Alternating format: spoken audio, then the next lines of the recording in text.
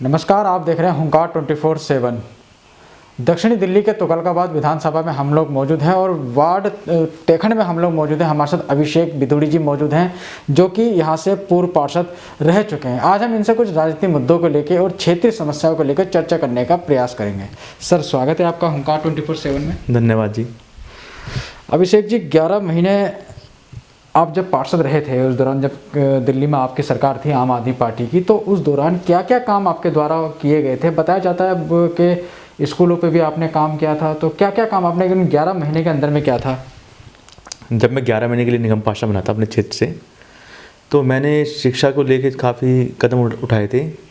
इसको हमारे यहाँ पे एमसीडी स्कूल काफ़ी खंडर अवस्था में था, जो कि मैंने अपने हाँ जी, टेखंड गाँव में स्कूल था, काफ़ी पुराना था।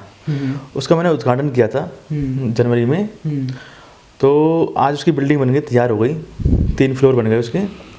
और मैंने फुटपाथ पे एलईडी लाइट भी लगवाई थी। और ज़्यादातर मैंने अपने क्षेत्र में सफाई पे बहुत ध्यान दिया था। सफाई के लिए भी हमने, जैसे कि कई लोगों ने बताया कि साफ़ सफाई आप लोग अपने समय में आपने करवाई थी, तो और आज की क्या स्थिति आप वहाँ देखते हैं? मेरे कार्यकाल में सफाई पे बहुत ज़्यादा जोर दिया गया था। और आज का कार्यकाल देखा जाए तो हमारे पार्षद जी हैं, हमारे क्षेत्र में आती नहीं है। वो लोगों की काफ़ी समस्या है। गोलों को हमारे वार्ड में ऐसा एरिया आता है जहाँ पे नाले साफ़ नहीं होते। वहाँ के जो पार्षद के पास जाते हैं लोग समस्या को लेके, तो वहाँ पे जहाँ के जो पार्षद हैं वो कहते हैं कि नाला जो हमारे एमसीडी में नहीं आता। बल्कि जब मैं अपने कार्यकाल में निगम पार्षद था, तो मैं खुद उस नाले को साफ़ कराता था, जेई से कह के। मैं बताना चाहता हूँ वहाँ के पार्षद को, जो प्रजेंट जो पार्षद है, ये जो नाला है, ये 8 फुट का जो नाला होता है ना, ये एमसीडी के अंडर आता है। जब बारिश आती है, वर्षा आती है, तो हमारे जो क्षेत्र कैंप के जो लोग हैं, उनके घरों में पानी भर जाता है, जिससे खाना नहीं बना पाते, सो नहीं पाते, बच्चे परेशान हो जाते हैं, गली में जा नहीं पाते। काफ़ी ऐसी समस्या पैदा होती है। और पानी भरने से मलेरिया जैसी बीमारी पैदा हो जाती हैं, जिससे डेंगू जैसे खतरा पैदा हो जाते हैं। अच्छा सर, इन दिनों देखा जा रहा है आम आदमी पार्टी और बीजेपी एमसीडी को लेके आमने सामने नजर आ रही हैं। एक पार्टी दूसरे पे 13,000 करोड़ और 26,000 करोड़ का घोटाले का आरोप लगाती है, लेकिन आम आदमी पार्टी यानी आप लोगों की जो सरकार है 2,500 करोड़ का उल्टा का आरोप बीजेपी के ऊपर लगा रही है कि उन्होंने घपलाबाजी करी है एमसीडी में।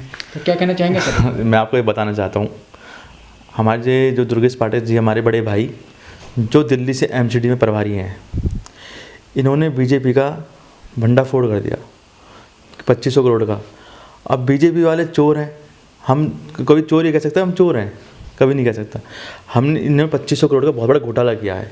आप देख सकते हैं बजट पास हुआ है क्या? बजट में मोदी सरकार की जो केंद्र सरकार ने बजट में एमसीडी को पैसा नहीं दिया। उन्हें पता है कि हमारी एमसीडी जो बैठे चोर हैं, और 15 साल से एमसीडी में बीजेपी की सरकार है।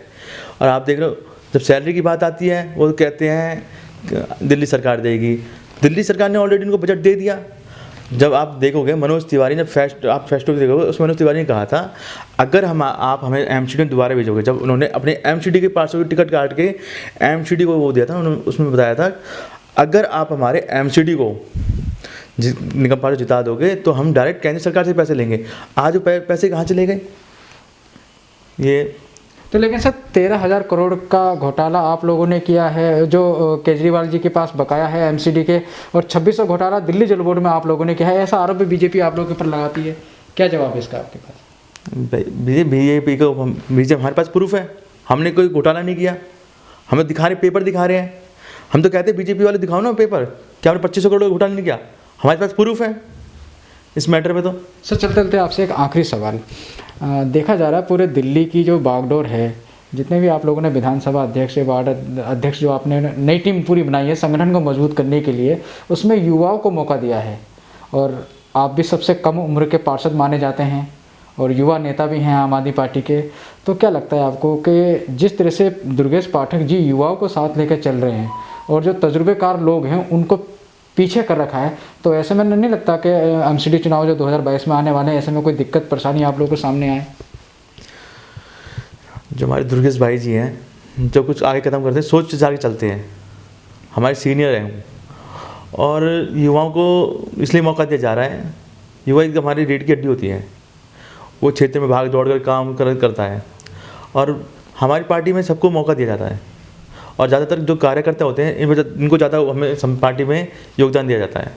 सर बीजेपी 15 साल से एमसीडी में बैठी हुई है। 2007 के बाद से लगातार बीजेपी ही एमसीडी की सत्ता में काबिज है और लगातार काम कर रही है।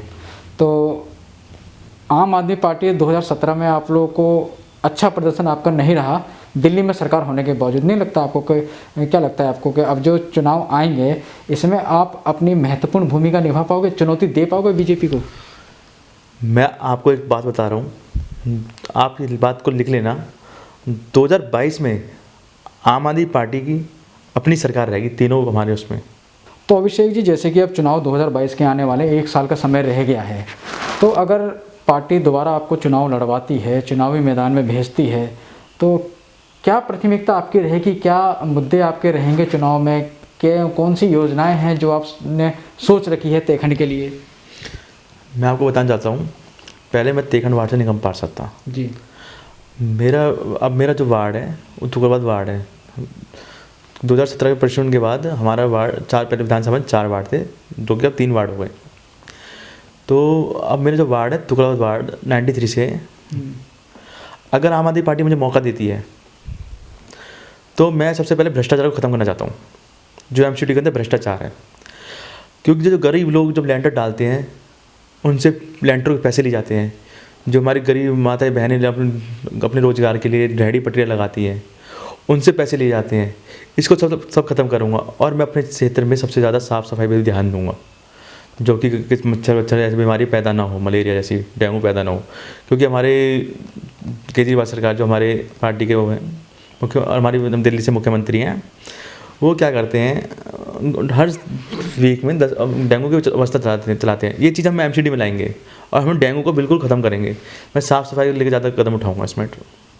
तो ये हमारे साथ अभिषेक विधुड़ी जी हैं, जो कि पूर्व पार्षद तेखंड से रह चुके हैं, तेखंड वार्ड से, तुगलकाबाद विधानसभा से। तो इनका भी यही कहना है कि जो 2500 करोड़ के घोटाले का आरोप ये लोग लगा रहे हैं, इनके पास दस्तावेज हैं, पूरे सबूत हैं, साक्ष्य हैं, लेकिन जो बीजेपी इन लोगों के ऊपर आरोप लगा रही है वो निराधार है और उनके कोई सबूत बीजेपी ने अभी तक पेश नहीं किए हैं। अब बहरहाल एमसीडी को लेकर दोनों ही पार्टियां आमने सामने हैं। अब देखना बहुत अहम होगा कि आने वाले 2022 चुनाव में क्या इन आरोपों का कोई असर पड़ेगा।